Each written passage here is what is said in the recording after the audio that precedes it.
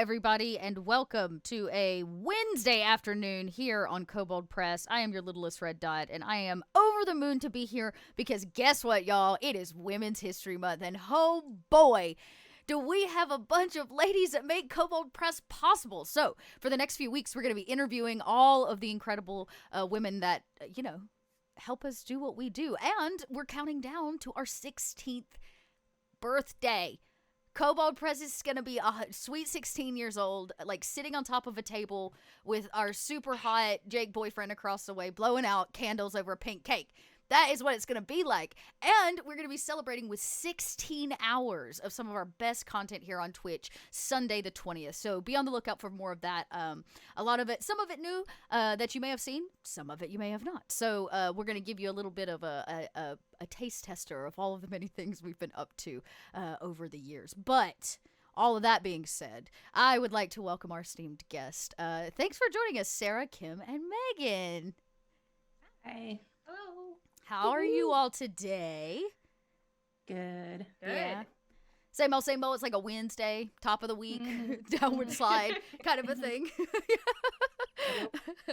Well, each of you contribute to Kobold Press in a variety of ways. But before we dive into that and we talk a little bit more about it, why don't we go around and introduce yourself? And Sarah, you're actually directly to my, I guess, on screen left. So yeah, you first. Okay. I am Sarah Madsen. I am a writer. I do freelance writing and designing for Kobold Press. I also dabble in fiction writing in my own time. I have a book out, Weaver's Folly. You can get it on Amazon and Barnes & Noble. I've also done work for like Cubicle 7 and Wizards of the Coast. But I've done, I think the majority of my work has been with Kobold Press, adventures and good answer. Magic and monsters and all sorts of stuff. Yeah. Good answers there. Yeah, I know. But you do. I feel like the last time we chatted, you gave us little insights onto the like history, which we might dive back into today, of how you kind of got started and like from there to here kind of a thing, which is very cool. Thanks for coming back. Yep. Yeah. All right. A fresh face. You only know her from her emails and customer service. Kym, I'm so excited to have you on the show. I'm Kym Weiler. I am the new Kobold on the block. I am the sales manager for Kobold Press. I'm brand spanking new. I think we decided it's been 4 months since I started.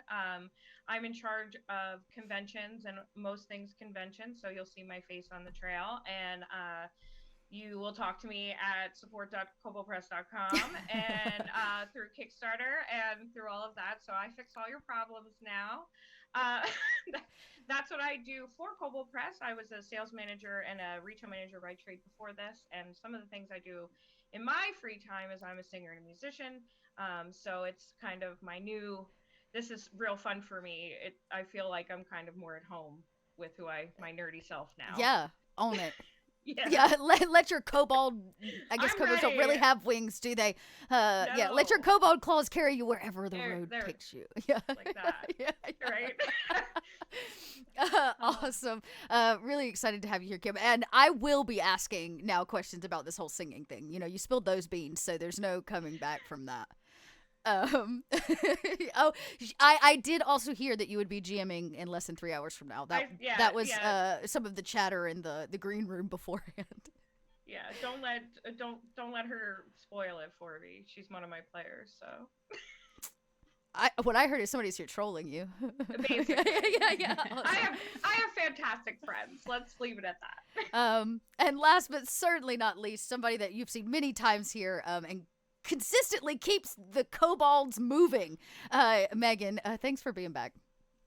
Yep. I am Meagan Maricle. I'm one of the editors at Kobold Press. And yeah, I do my best to keep books moving forward, yes. And you do a great job. This is me telling, to. Yeah, really well done. You're like clawing your way through things. I mean, sometimes it's like that. Yeah, will we make it to the other side? Well, here we are. And, I imagine you'll see some of the many women that have helped make Kobold Press get us to 16 years of age, I guess, over the next few weeks here on the channel, but probably not all of them. And I imagine that every one of us that has come to this company has brought a deep, deep love of gaming. So I just want to know, like, where you started. Where did you start gaming? In no particular order. If you got an answer, toss it out there. I guess I will go first. Okay, yeah, sure. I started in either 94, 95, something like that. I was like 7 or 8 years old, and my parents had just gotten the Council of Worms box set. Oh, nice. And previous to that, D&D was like that boring grown-up thing. Oh, okay. Because I was a kid, and it's like when you see in the movies, right? You got the grown-ups like sitting around the poker table. They're all like, there's a haze in the air because every one of them's smoking, and all of them have a glass of something that obviously does not taste good, and they're playing with cards on a green table, and you're like, this is the boring part of the movie, right? And as a kid, that was D&D to me. I was like, all right, it's the boring grown-up thing. But then they got this box, and they're like, do you want to play a dragon? And I was like, this game has dragons? That's awesome. That was where I got my start. And then what? It was just like the snowball just rolled down the hill and got bigger as it went. Kinda, yeah. Yeah, more and more. Nice. Cool. And actually, I think it's kind of cool that your parents. Look, my parents we did not play games.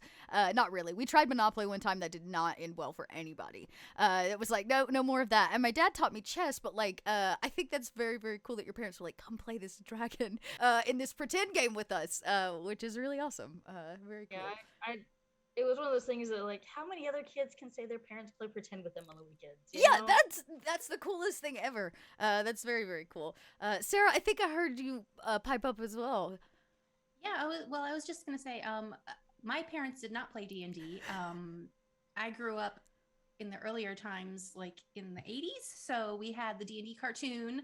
So right. I knew that like it existed, but I didn't know anybody who played, and I didn't know how to get into it. So I feel like Heroes Quest, the board game that they have, it's like pseudo D&D, was kind of like my like starter into D&D, but I didn't actually get to start playing tabletop games until I got to college, and met a group of people who were also gamers, and they invited me to join in their game, and we played all sorts of different kinds of tabletop games. So that was really my first real foray into it, was when I got to college and had access to it. And actually had access. I think I started playing D&D in college as well, being with a bunch of actors. And like, here's the thing, most actors are not as nerdy as you think they are, or they might be. And then there were like the couple of us that would like show up in the park to play with fake swords, and that was the group that eventually came together and kind of made D&D for my friends in college too. So I know that those years where you like burst free and there's nobody there to judge you, and you're like, cool, other nerdy people, this is great. Yep. That's awesome.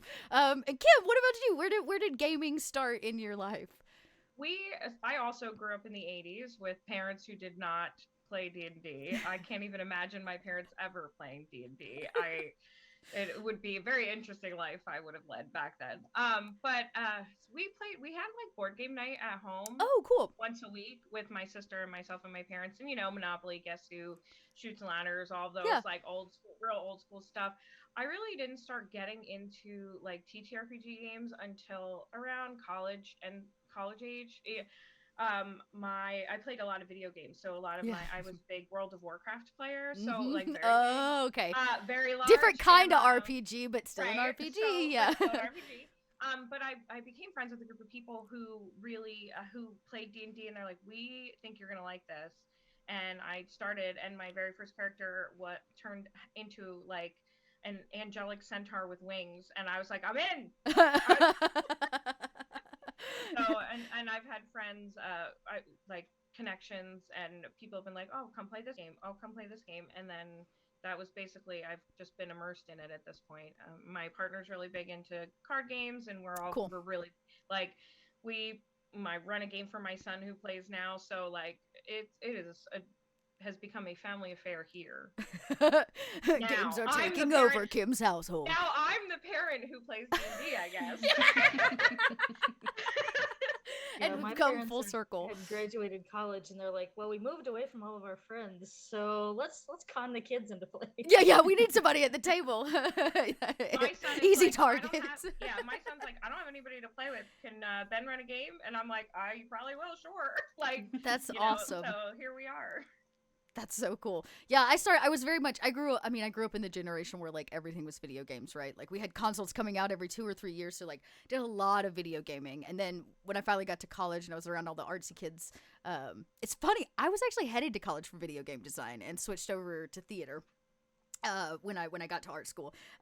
Which, man, if I could just go back and tell Dot, just shake myself. But it led me here, and it was I think the act of storytelling, right? Because there's so much storytelling in games, from like the bare minimum, right? Even just Chutes and Ladders, which is a story about trying to get to the top, right? Or Candyland, which is like, how do you fight the fudge monster? So it's all storytelling. And so I think I found my way slowly but surely with a bunch of other kind of lost storytellers into gaming. So I think that's very cool. Everybody starts at a different place, but now here you are, and you all eat, sleep, and breathe it, because it's literally part of your day-to-day life. And so I imagine it wasn't from point A to point B, like Kym said, like, you were clearly doing something else before Kobold Press rolled around. But I imagine you're all playing games right now. Maybe you got a home game, a table game. Kym's supposed to be GMing in 3 hours. So I want to know what you're playing right now. What are you out there doing? Kym, you have to tell us you're up. I was about to say, you're up first because you have 3 hours. I have 3 hours. We're actually, we're playtesting Tomobe's 3 monsters tonight, which is really exciting for us. A little Kobold Press drop. One of my friends is a backer and got the playtest kit, and they asked me to run it. So I'm fitting a creepy dream sequence into. They're all sleeping right now, so we're gonna take those monsters and put it into some type of dream sequence with their characters, which is fun. That's what I'm doing in the way of TTRPG. So that's kind of, we play, my partner Ben, he runs a game for my son and his girlfriend and I on Monday nights. I don't know what it is. I'm very out of the loop. He's just kind of throws different adventures at us, I think. And I basically let my son and his girlfriend do most of it. So, yeah, of course. Yeah. And then I disappear, and then I'm like, the monk has fallen asleep again, oftentimes. So, put him in the wagon. Yeah, and we've been playing. We play a lot of Arkham Horror, the card game in my house. We play a lot of we just found a new it's called Someone Has Died, where you're the Megan played. We played it at Snacks Unplugged. Okay. Look at the excitement on screen, everybody. It is great. All of my friends, we ended up every single one of us now have a copy. I recommend it. Highly recommend it. It's really good for early, and Megan can corroborate, I think, for early role players, because it kind of gives you the outline to build a character, and then you role play, and you all fight over the estate of someone who has died. And the person, the executor of the estate, which is what Megan played when we played, gets to decide who wins. So you're like fighting back and forth, and you all have different voices, and so it was a blast. So that's fun. So we made the decision very difficult for me. Yeah. I think someone became Dr. Seuss at the end, and it was all over. They Megan that is truly a world-ending event. It was great. It was great. So yeah, so wonderful. That's kind of what we've been doing. I do. It's what I can fit in my time. Of course, yeah, of course. Everybody probably feels that struggle, no doubt. Yeah. Very cool. Who else? What are y'all? Sarah, what are you playing? So I think I'm in 5 D&D games right now. Whoa! I have 2 weekly games, one every 2 weeks, and then maybe just 4, and then I'm running Curse of Strahd once a month. I just started it last month. I was about to say, you got a ways to go with somebody that trudged through to the end of that one. Yep. So nice. And then I play video games. I play Elder Scrolls Online. Oh, and nice. I have like a Friday morning Baldur's Gate 3 sort of group that we play together. Fun. So kind of the pros of being on your own schedule is like, Friday morning we can have coffee and play Baldur's Gate. That's awesome. Yeah, I love that. I have a Wednesday morning game too I do with a friend. I've never played the Divinity Original Sin series. So we're playing through the Divinity Original Sin. But the trick is we have to voice every character we come across. So we've turned all of the dialogue voices down, and so we try to take turns voicing these ridiculous characters. But it's a lot of fun. It's another great way to roleplay. I love it. So okay, you said you're playing like a lot of games. As somebody that is now writing a ton of 5e related content and maybe some other, do you find that like when you play that much there's like a burnout, or do you find it's actually really inspirational to the like work you do? I mean, for me, the writing and the playing are completely different. Mm-hmm. Like just different muscles, and when I'm playing, I don't have to worry about, creating my own thing or worrying about mechanics of game balance or anything. I just play and I enjoy, you know, I just sort of go on whatever ride the DM is taking me on.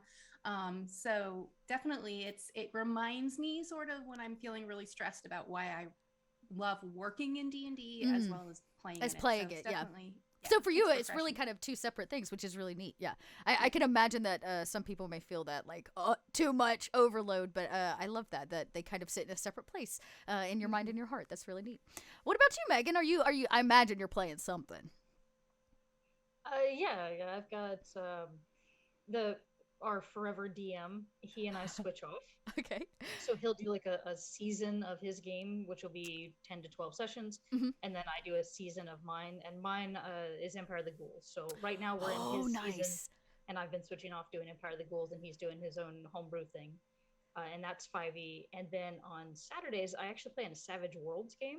Oh, nice. So it's interesting you're asking Sarah about compartmentalizing that. Me, I actually do have issues sometimes with the burnout because I stare at numbers all day. With editing, I'm not just editing the words, I'm also looking at the numbers and making sure that they're working properly. And so for them to go and try and GM and then also have to look at numbers and make sure they're working properly, I'm like, okay, I'm done. So it's nice to have that Savage Worlds on the Saturday because it's a completely different system. But it's still, again, like Sarah said, it reminds you of like why you're in the TTRPG space, right? Like you love doing this is great. So for me, I love doing Savage Worlds just because it gives me that extra, you know, that extra reminder. And then it's also just something different. It's just different enough. Yep. You know? I feel that way too. Sometimes I'm just like, I just need to play something else for a while because you know I play a lot here on the channel and I play in other places, and so I get that. I feel that burnout too. And now that I'm starting to write myself, I'm gonna have to figure out Sarah's compartmentalization of separating them because I'm like blah blah. No matter what the brand is, like if I write too many words, I just don't have the brain energy to try to like play or GM. GMing's probably actually harder than playing. Playing I can show up and probably do in my sleep, but yeah, I feel that nice to switch into systems. Plus I find sometimes when I'm playing another system I get really inspired by like sometimes it's the setting, but more often than not it's like the way the game functions, the mechanic itself, the little internal games that like keep it going. They always inspire me for other things. That's how I feel too, because I'm not, you know, I'm not a writer. I'm over here. I have, you know, we all, if you work with me, you know, I'm not a writer. Because, you know, my emails are a mess, and don't ever ask me to write copy. That's for sure. But really for me, I read adventures and answer your questions all day long. You know, I oftentimes message Megan and go, hey, what is the answer to this, so that I don't have to read a whole adventure. But for me, GMing my first game, because the game that I GM on Wednesday nights is the very first game I've ever GM'd in my entire life, is really inspiring for me to the point that I've been creating a couple of my own adventures. Like I'm making this dream sequence so that we can play test, but it's going to fit into our game. So it's definitely a little bit different for me, and I look forward to it because it gets me out of the.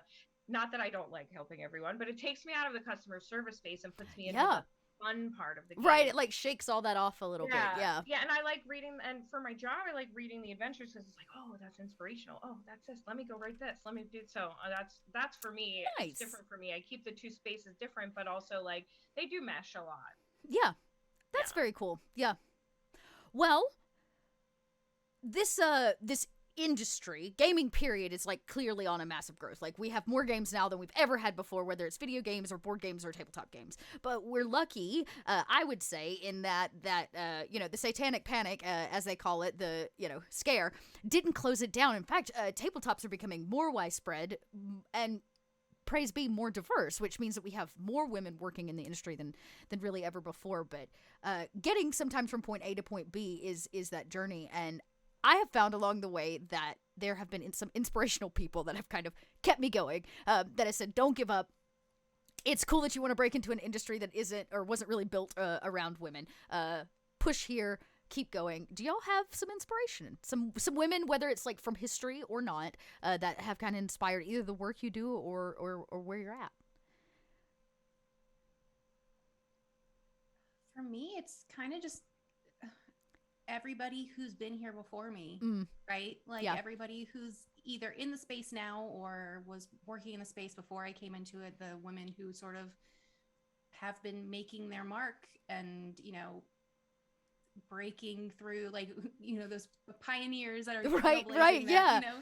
Clearing it and making it easier for, like, for those of us who are coming in now. It's not nearly as hard, and I've been really lucky that I haven't run into a lot of really terrible sexism or anything like that, and I feel like that I'm just really thankful for everybody who's come before me. So right, yeah. right, that kind of paved that road to be that much easier. Yeah, totally agree.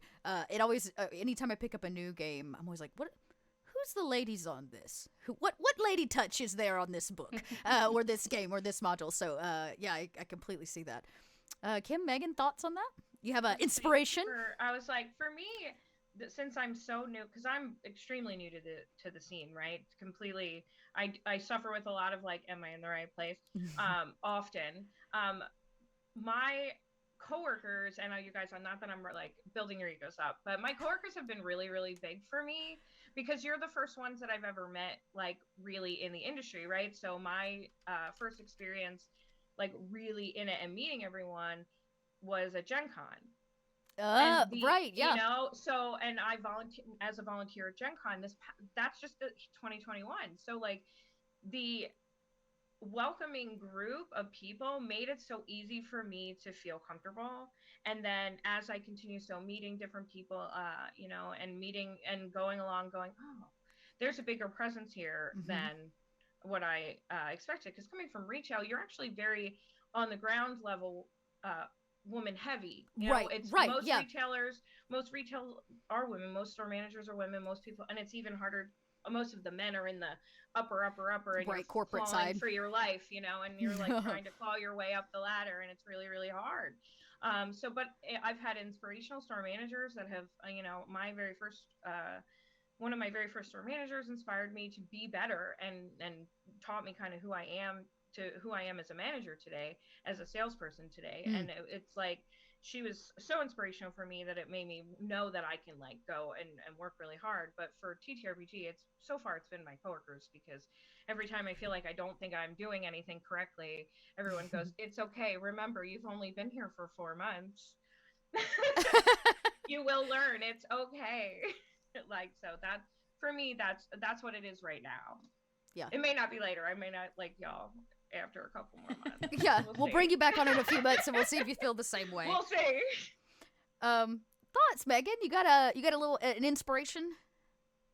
Well, prior to being in the TTRPG industry, my inspiration was always Madame Curie. Because I actually, my field before going into editing, which my parents are so proud, was actually chemical engineering. So that's an interesting shift. Oh, I feel that. Yeah. Parents are so proud. But yeah, so I had a lot of science and math growing up.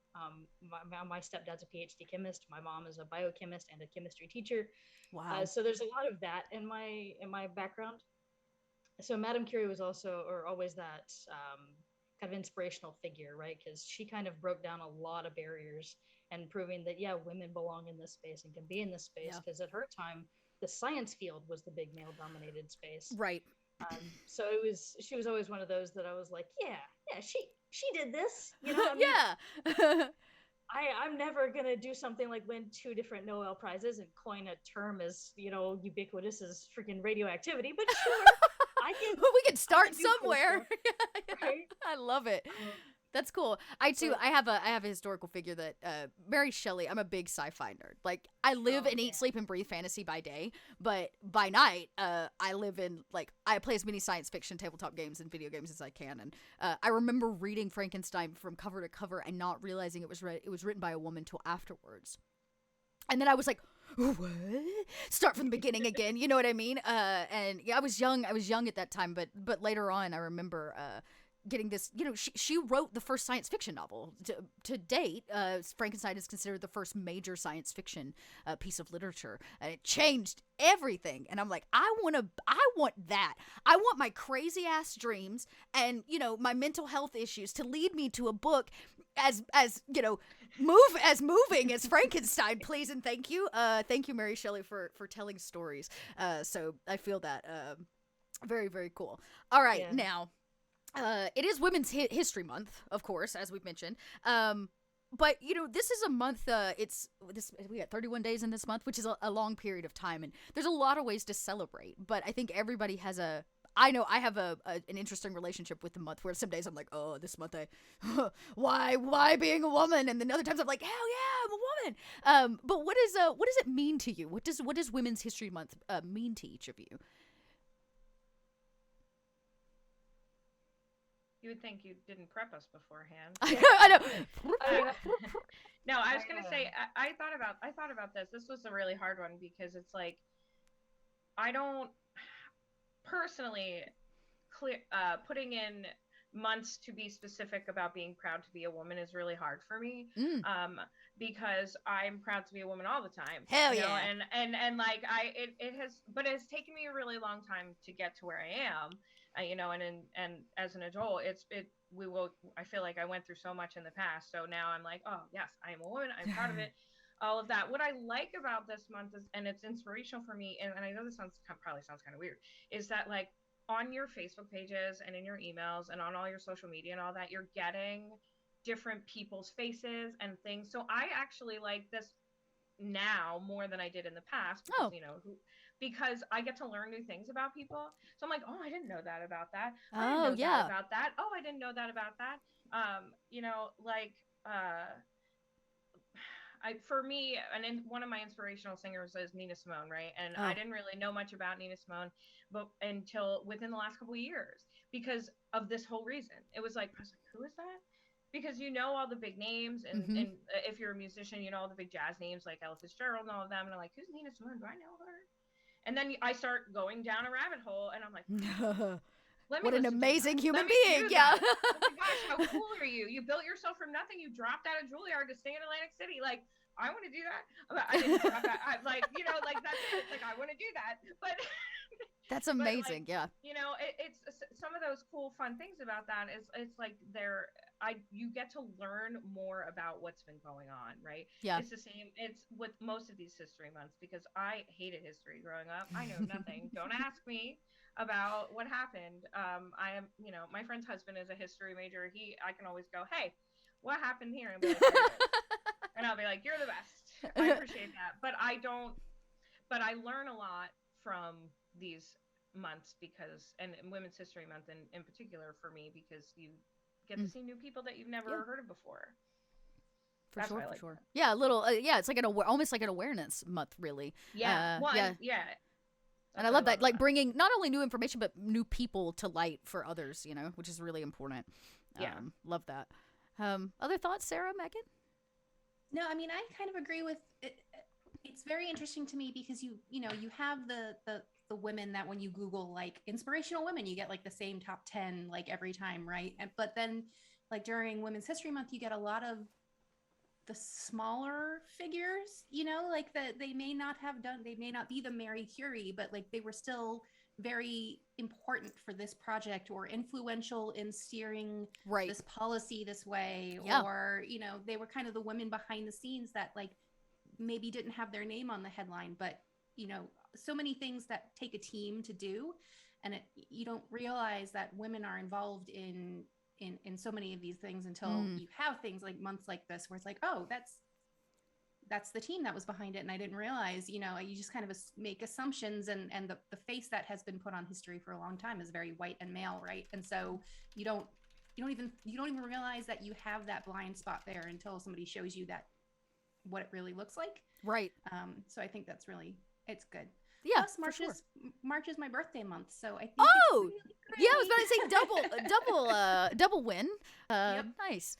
Megan, happy early birthday. Yeah, right? Yeah. For me, it's actually because I don't generally think about the history months that often, mostly just because I usually have other things going on, right? But when Women's History Month comes up, and like Kym said, you see all these people and everything, and I'll go down the rabbit hole, like every time there's a history month that comes up, at least Google's page will have like, hey, here's this right, yeah. You always go down that Wikipedia rabbit hole, and I think what all of the history months, not just Women's History Months, for me it's very humbling. Like, it's a reminder of I guess the privileges that I have, right? Like I have never experienced the inability to vote, right? Like I've always been able to vote. Right. But that's only something that women have had the power to do for what, like maybe 100 years, if that, Mm-hmm. right? So that's like 2 generations. You know, like we're not that far away from stuff that women Right. were just not allowed to do. And so it reminds me of the things that I have today that, you know, I wouldn't have had 2 generations ago. Yeah, that's a And really so great point. yeah, it's the little things like that that I'm like, wow. So we've come a long way. I mean, but there's always, you know, more to go, right? Oh, Like, of course, yeah. you know, nothing's resolved completely, right? But it is just very humbling of you find out how much people had to struggle previously and how much people are still struggling, and it's like even in other countries and stuff, like how much struggle there is. Right. So for me, it's a very humbling thing, all the different history months, just to see the struggles that people go through. Yeah, I find that this month really, it's a good, it's like my birthday. I don't always treat myself to things. I usually work too hard and I don't take care of myself all the time. And, you know, as I'm trying to get better about that, like my birthday reminds me, today's your day, Dot. Today's Dot Day. Do what you want to do. Treat yourself to what, you know, like do your thing, right? I think Women's History Month is that great reminder in the face of like great imposter syndrome, in the face of an industry that is not always kind or like built right for women. I find that Women's History Month reminds me that's like, you get to celebrate this month. This is your month. Like, go all out and be reminded that, you know, there's something to celebrate, whether it's people from the past that we didn't know about or the struggles that they went through. Or like Kym said, just spreading information and people's like impact. So yeah, I find that if nothing else, it's that perfect reminder every year. It's like, don't forget, you're pretty awesome because you're a woman. So yeah, I find that that's a good one. Oh, nice chat. Your birthday month too. Always look to Switzerland. Women's general rights to vote was established in 1971, and in the final state not until 1990. So even if you think about, you know, on a worldwide scale as well. So yeah. Well, chat, I posted, but you know, I always like to say it out loud. We can take some questions. We're kind of here at the end. I've got more questions prepped, but you know, my questions, they've been prompted. They don't know your questions. So get to dropping them in chat. I will say though, you know, as all of us are somehow working for Kobold Press, I would like to know maybe what your favorite either project was that you like worked on with Kobold Press, right? Or in terms of like for Kym and I, like what's your favorite? What's your favorite? Do you have a favorite? And why? I have to put the and why, the teacher in me. I'm like, do I have a favorite? You guys start. I gotta now go through the ones that I know in my head. Yeah. Let me just run down our hundreds of products. I hate these questions because I work on so many, and it's like they're all maybe your favorite pet or your favorite child. Thanks, Dot. You know, I do the best I can to put y'all on the spot and make you hate all of your children. I don't know. Let's see. I mean, I guess I have a couple favorites because I obviously game a lot, so I need things that are quick and easy. And so I have a really great love of the Prepared series. I love the Prepared books. Like y'all, I'm just gonna tell you, this poor flimsy copsy, I'm gonna have to get another one. I have killed this, killed it. But I love the Prepared stuff because it's so like quick and easy. But I've found that some of the deeper dives for Kobold have really sparked my interest as well. Like Ingvar's Guide to the Northlands, which is beautifully written, right? It's like it's between all of the information, you get these really great letters, and I think there's like something really cool and inspirational about seeing or like reading a character trying to process a new world that they're walking through inevitably that you're going to be playing in, or like this setting. And so I have some great loves for like what I feel like aren't just beast books, just manuals, just a campaign. Like Ingvar's Guide is like it's a guide. It's like extra, right? And I think that those tend to have a lot of really nice meaty bits of what Kobold Press is like really great at, what our writers are really great at. I really love the recent Book of Ebb and Tides. Yes. I actually was not part of the Book of Ebb and Tides itself, but it's just really scratches a lot of my itches. I really like the setting and everything. I did get to contribute to the adventure book that goes along with it. Oh yeah, okay. But yeah, that book is really cool. So Oh, like it's coming, y'all. Get hyped. I'm so excited too. That's also my vibe. The older I get, the less I want to like, go beat an owl bear outside of a cave, and the more I want like political intrigue and at least, 3 partners in court. You know what I mean? Like that. That's where my life is right now. And so I too really, really love it. So I'm super stoked for Book of Tides.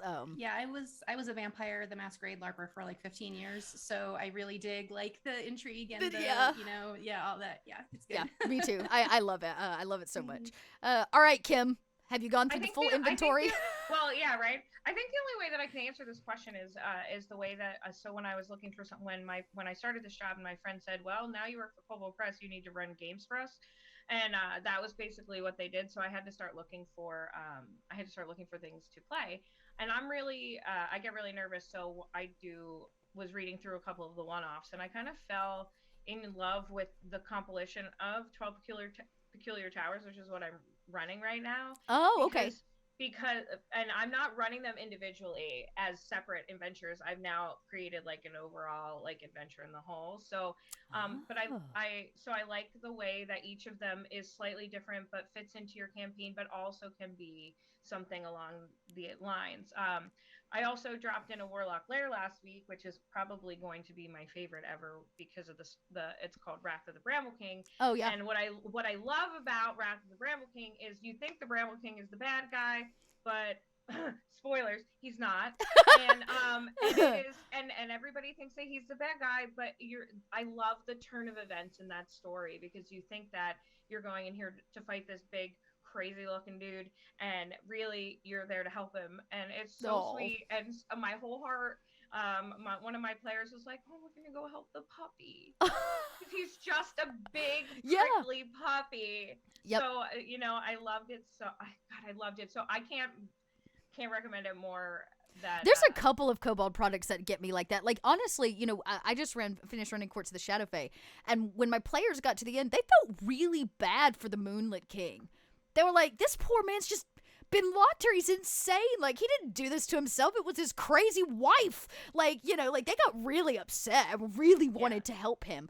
And there's another one. Oh, the Impregnable Fortress of Dib is another one that I love. Such a great, like, starter, right? Just easy.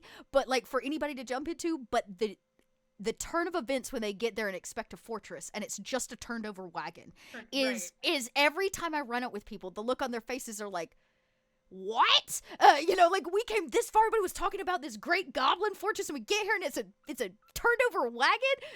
Some people get angry. Yeah. Some people are like, burn it to the ground. Yeah. That was one of the first adventures I had to ask Megan about because it was like some mistype or something. And I started reading through it, and I'm like, oh my gosh, this is great. Yes, it's so good. It's so good. Now, we did have a really great question in chat, and I definitely want to ask it because I think it's important. And if nothing else, I have feelings on it. So, as a woman in TTRPG, do you think the history of trans women too when you think of women's history? I will answer that blatantly and say absolutely. Absolutely. Without a question. We have a lot of trans women that have contributed in a lot of ways outside of D&D, even in the TTRPG industry, to give us some really important like looks at how characters are created, at the systems in which we use, at the worlds in which are developed around oftentimes cis-male culture and how we can shift from that. Yes. Big resounding hold up a sign. Yes. All of us very largely. One of the reasons why I went into the TTRPG industry, because I was in editing previously for a small like fiction publisher, and what made me feel like I could go into the gaming industry was actually going to PaizoCon and seeing Amanda Heyman and Crystal Frazier both like give a panel, and I was like, wow, these women are in the gaming industry and they've been here and they're making an impact. Yep. And game books have words in them, and when there's words, there's editors. I'm an editor. Okay, yeah.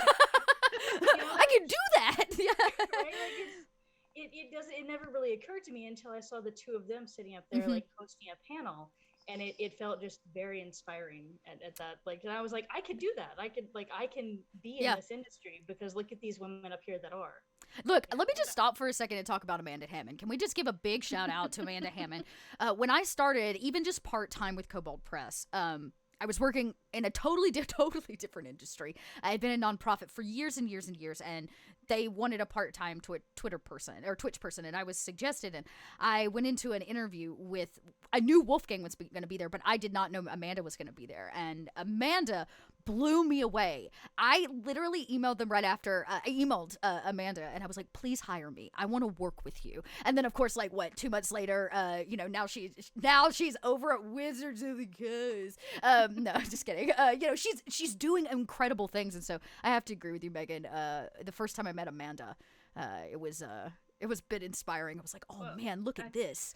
Again, not to blow her ego, but she was one of the first people I met too. Mm-hmm. So I volunteered for Gen Con this year because my friend made me, and she had volunteered for you guys back. My loud friend in the comments here, she volunteered for them at PAX in 2019. Yes.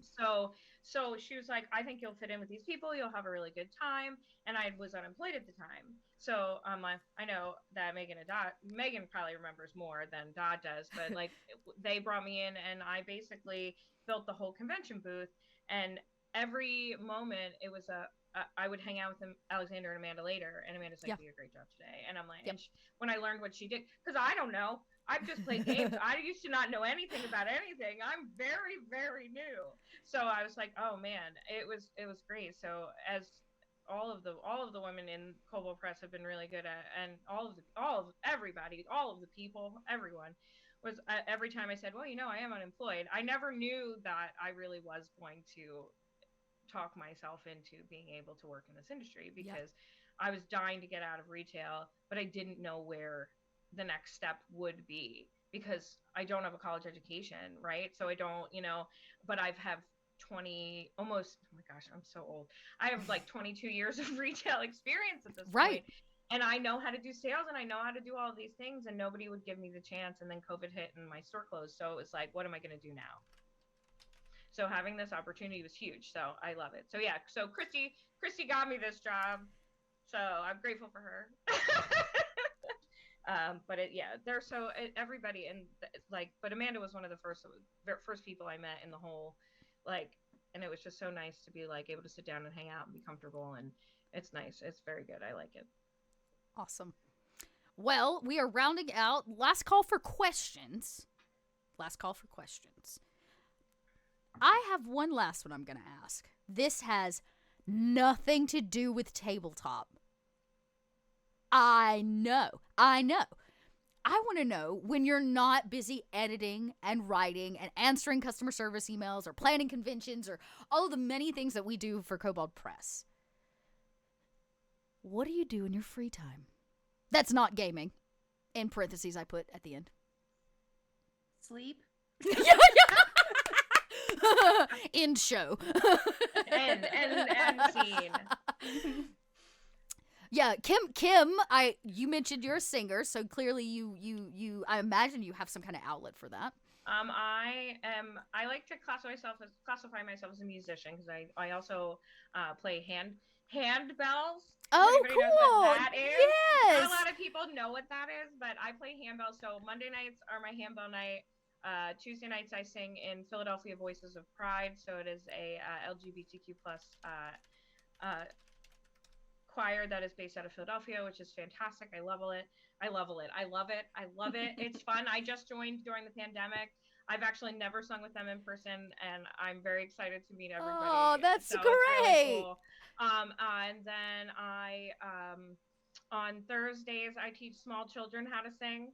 And I didn't know that. Yeah, okay, so I now have this image in my head one day when you're super adorable and old and wrinkly. You're gonna be like that lady from The Wedding Singer, that he works with. Yes. I just except you're the teacher, not the. So I teach small children how to sing. I was kind of voluntold to do it, but I love it. Voluntold. I love and hate it all at the same time.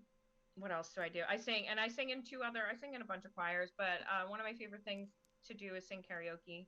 It's probably we go out at least once a week to do something along those lines. But I am classically trained, like I'm an opera singer. Oh, okay. So, yeah, like hardcore. So I can sing, say, like big opera songs, but I also sing Janis Joplin in my free time. Yes. So I'm a first soprano that sings those high C, high, beautiful flighty notes. But then on the other end of it, I'm very deep and I have a very deep chesty voice. So it's real fun. That's awesome. I love I love singing. Clearly, That's music's really, important yeah, to you. music is my outlet. It really is. So that's the only really other than playing games and whatnot and hanging out with my fam is I sing a lot. That's very cool. What about you, Megan, Sarah? Y'all do anything? I mean, trust me, I feel your sleep. I mean, I play video games. I read. I love to read. Oh, yes.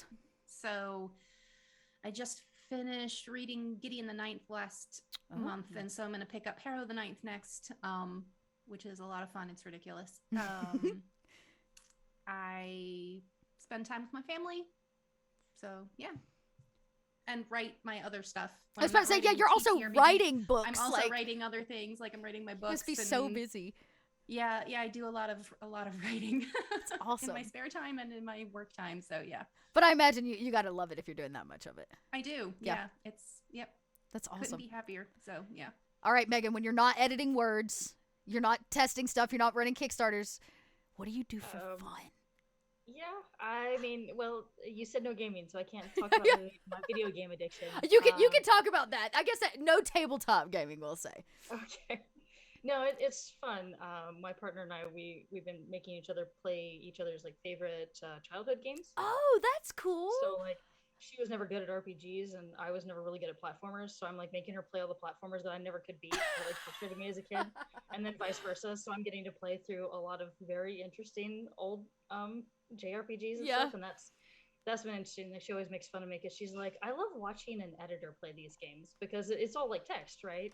You know, I was before they had voice acting doing this stuff, so I'm just sitting there like, did they really but they just contradicted what they said earlier, and she's just like, just go with it. These stories aren't supposed to make sense. It was like 90s kids games. You're good, you know. But other than that, I actually enjoy walking a lot. I live in the PNW, so there's a lot of opportunities to get out and kind of explore. Like, I live near a park, so at the very least, I get a good like 2 miles of walking in each day, and it's really nice. Like, I like being able to be out and about. Yeah. And, she walks really fast. Don't try and keep up with her. That's for sure. I don't walk as fast as Alexander. Don't even. Yeah, keeping up with Alexander is a whole. He's got that British pace. Right? Bless. I'm always last, so.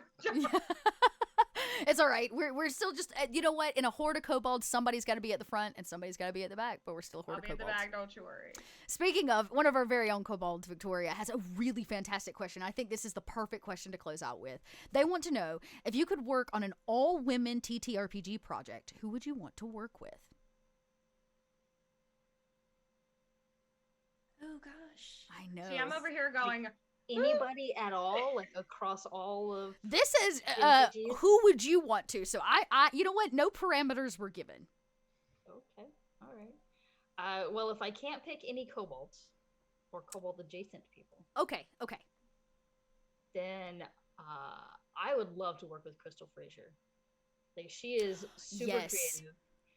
Her adventures when she was doing adventure paths for Paizo were a lot of fun. Some of my favorite adventures. Like, her writing is a lot of fun, and she brings some very unique perspectives. So I think, like, I would love to edit that.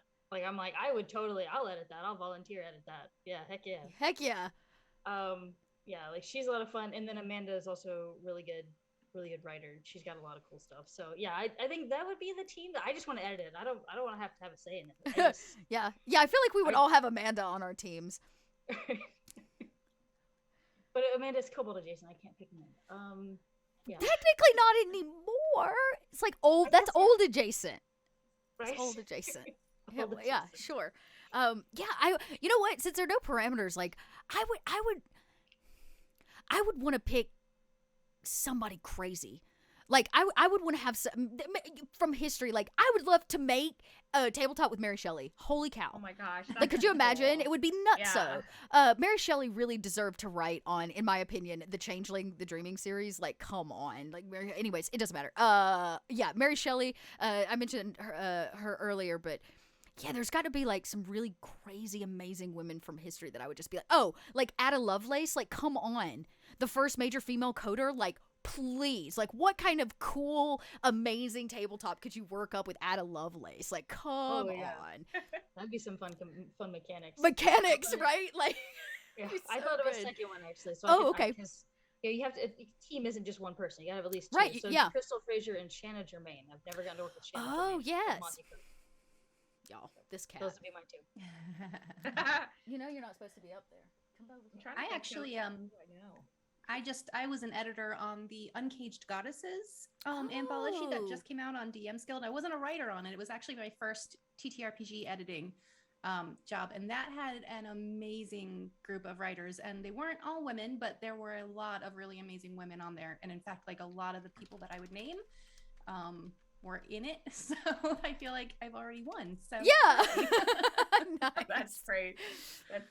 Kym, I somehow, I don't like to use the word make or force, but I want to coerce you into making a oddly tabletop enough, game. I have an answer. Oh, perfect. Good. So only because like my like vision of this world is small so far, so like there's a lot. So I kind of went out into like my external things that I do. So my partner and I are really into Cthulhu stuff and Cthulhu based stuff. Cool. And Arkham Horror, the card game, is something. He has a podcast about it. We love it. We have a blast. So MJ Newman, she's fantastic, and I would love to meet her. First of all, I would love to meet her, but also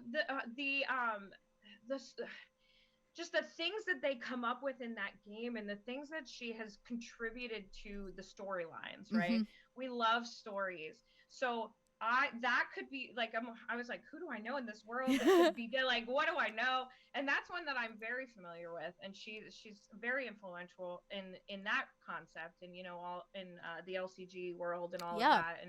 And I think that she's so creative. She wrote a book, like, it's great. And like all of those things, I think she'd be fun to work with. And I think that because she seems so really fiery and like, wanting, you know, real fiery. So that's kind of, for me, out of all the people that I know, names I know, I think she would probably be one of the top. Nice. Yeah. Wow. I think I'm going to wrap my team up with Felicia Day. Oh, yes, that would be great. I think I'm going to wrap it up with Felicia Day. I couldn't even believe I didn't even think about that. Yeah, the more I thought about it, I was like, okay, I need a contemporary mindset, a really nerdy gal. Yeah. I think it would be Ada Lovelace, Mary Shelley, and like, Felicia Day. The guild was so influential in my life. Yes. So I definitely, you know, like that was a big thing for us. You know, well, again, as I said, I played a lot of World of Warcraft. Yes. So that I felt a lot of that, you know. Yeah, Deborah Ann Woll would be another one. We've worked. Yeah. She's a little Kobold adjacent because she's put some stuff in our books, but I don't have my Vault of Magic. I love Deborah's mind. When we did when I got to sit down with her, when we interviewed about Vault of Magic, when she was talking about her item and how she loves magic items that are everyday things, like stuff that somebody would pick up and not be like, well, that's definitely a magic item because it's a blue glowing skull. It's like, no, here's a Matryoshka doll. It does so much scary magical stuff, but your players are never going to know it until they uncap it and it just keeps going and going. I was like, man, this woman, she is tricky and I love it. Like, I was like such a cool item. So Deborah would be good. Felicia Day's autobiography is delightful. It truly is. Oh, yes, it is. She has 2 books, actually. Both of them are great. I get the great joy of interviewing her usually once a year for Dragon Con. So I have a bit of a crush. Here we are. As we wrap up the end of today, I want to thank you all so much, and all the folk that make Kobold Press possible. You know, we're celebrating a little bit this month, pulling back the curtain, letting you see faces like Kym's that we don't always get to see, and share some of the parts of us that make Kobold possible that you may not know about. So we'll be interviewing some more of the women of Kobold Press over the next couple weeks during the month of March. But I feel like we have to wrap up with this question. I'm trying to think, can I spill any beans today? Somebody asked a sneak preview of stuff. I can tell you we've got another Kickstarter on the way. I don't think I can tell you what yet. But we just dropped World Building, Guide to World Building 2. So we have our salesperson. Hey, this is why Kym's here. There are currently, I think, 3 pre-orders available on the store that just dropped. There's 2 or 3 that just dropped this week. One is Kobold Guide to World Building Volume 2. Check it out. The cover is to die for. It's so beautiful. And it has some incredible writers on it, y'all. Right. Well, so I was just going to say, so Veronica Roth is writing, and some of our normals, Banana Chan is in, yep. and Gail Simone is on that one, and yeah. Ken Liu. So there's a lot of women. There's a lot of which is really awesome. We've got a good set of writers for that. Warlock Lairs Into the Wild. Oh yes. Up for pre-order. Which is super exciting. So that's not me spoiling anything. It got spoiled before. So that's up for pre-order now in the store as well. That actually has Wrath of the Bramble King in it, you guys. So if you wanted to play it's in there. And what else did I put up in the? Oh, Vault of Magic Pocket Edition will be available. It is available for pre-order now in the store. So excited for that, y'all. So excited. Those are the 3 pre-orders that I put up, as well as Book of Eventides is available on pre-order still, and so is Tome of Heroes. So all of that stuff is up for pre-order on the store. And if you have issues, just let me know. Yeah, I was gonna say, guess who you're talking to? It's gonna be support.koboldpress.com. Don't email me. Don't email the support email. I won't get it. Yeah, you got to go to the website. You do the right thing. Go through the support ticket. Help Kym out. But yeah, I forgot Eventides is up for pre-sale too, which is the one Sarah was talking about. So, so if you did get the Kickstarter, for that. Y'all, the dice are very, very cool. I remember seeing that when the Kickstarter was up. I'm just excited to get my hands on it. My Course of the Shadow Fae cast really wants to come back together and like play some more stuff. Oh, I'm so excited. All right, y'all. In our excitement, we're going to wrap up this afternoon. Thank you, all 3 of you. Thank you, Sarah, Kym, and Megan, for joining us today. Thanks for answering hard questions, and sharing a piece of yourself with all of us. We'll be back next week, same Kobold time, same Kobold channel, and everybody mark your calendars. We have 2 major things happening. 3 major things happening. 2 this week and 1 2 weeks from now. Our 16th birthday, March 20th. You have all day. From 10 a.m. Eastern, which makes 7 a.m. Pacific, to 2 a.m. the next day. There's 16 hours or some nonsense like that of content for all of you, more than you can like shake a stick at. So make sure you're there, drop by, send some love. And this week we have 2 new shows launching on the channel. Both of them on Sunday, 1 in the morning and 1 in the evening. So you have opportunity, a choice of to match your schedule. We're going to be bringing over Thrones and Bones, which is going to run a really short little blip on our channel to show you about their current Kickstarter. And I believe the writer of that is actually a kobold themselves. So you should check that out. And contributed to Margrave. That's it. Yes, to the Margrave. That's right. And that will be in the morning. In the evening, late Eastern time, 8 p.m. Pacific, we were going to be welcoming on a brand new cast. And y'all, I'm not playing in this one. I'm just producing it. Like, I guess get to watch other people play a game for a while, which is very cool. So the crew from Blackwater D&D is coming over. And speaking of Margrave, they're going to be running a campaign called The Rotting Heart, set in some of our Margrave stuff. So it'll be a nice little partially homebrew, but using a lot of the Margrave inspiration, a lot of Kobold Press monsters. So do not miss that. So Thrones and Bones coming, The Rotting Heart, and on the 20th, we are going to be celebrating with 16 hours of content. So until then, everybody, we will see you next week. Same Kobold time, same Kobold channel. Have a great afternoon. Bye-bye. Oh, and you know what? Go tell a lady you love them. Go tell, this is the month for it. That's actually what I'm leaving you on. Go find a woman in your life who is doing incredible, amazing things, and just remind her that she's incredible and amazing. See you all next week. Bye, everybody.